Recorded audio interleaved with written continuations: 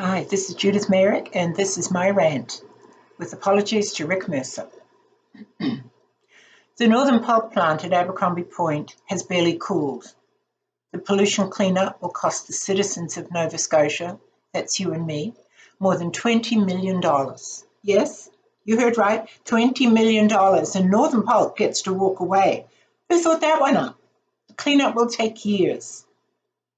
How great it would be to say, lesson learned. But no, the province wants a rerun.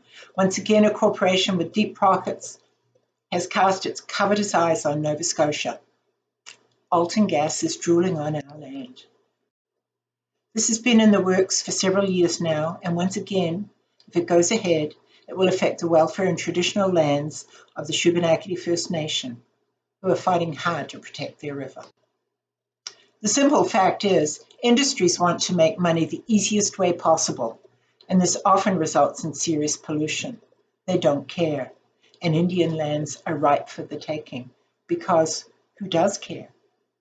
Well, Alton Gas, I care. My friends care. Indigenous people around the world care.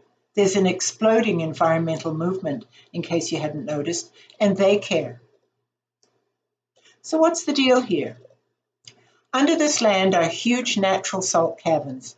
Alton Gas just needs to carve out the salt, get rid of it, and presto, a ready-made storage facility.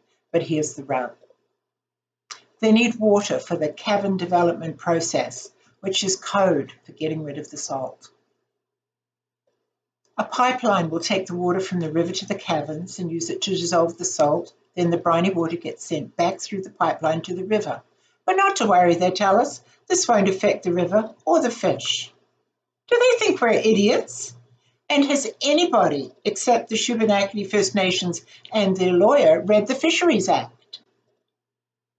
According to an article in the Halifax Herald, Alton Gas will draw nearly 10,000 cubic metres of fresh water a day from the Shubenacadie River. They'll pump it 12 kilometres to the cavern, and then they'll send it back laced with salt. 10,000 cubic metres a day. 1.3 million cubic metres of salt over a 2 to 3 year period. Think of it this way. Every day, the equivalent of 4 Olympic-sized swimming pools full of salt water will be pumped into the Shubenacadie freshwater river. All over the world, big businesses continue to exploit Earth's resources without restraints, and Indigenous nations continue to push back. Australia, New Zealand, Papua New Guinea, Turtle Island, South Africa, India.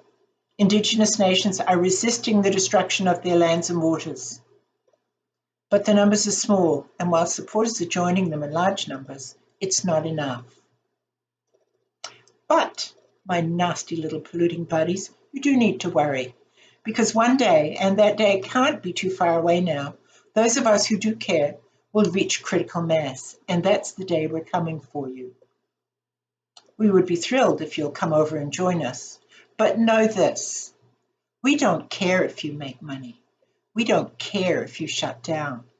Well, we care about the workers, but they too are only there because you decided not to listen, so you own that one too.